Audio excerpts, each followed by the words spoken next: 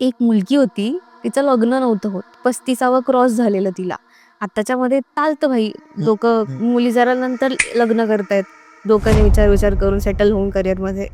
तर इथे काय झालं, तिला ना खायची सवय होती. ओव्हर स्ट्रेस, ओव्हर ईटिंग आपण करतो नाही का? हां, हां.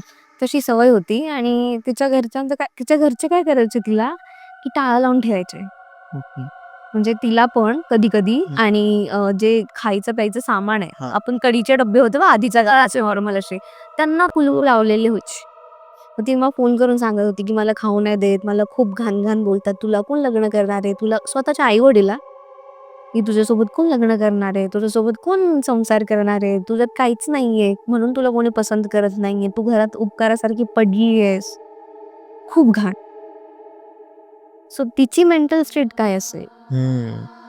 तो एवढं घाण होतंय आणि हे स्वतःचे सख्खे आई-वडील करतायत काही-काही लोकांचे.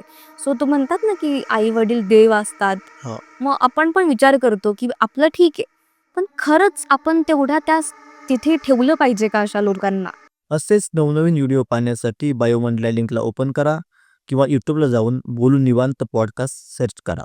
हे व्हिडिओ पूर्णपणे काल्पनिक असून केवळ मनोरंजनासाठी आहेत.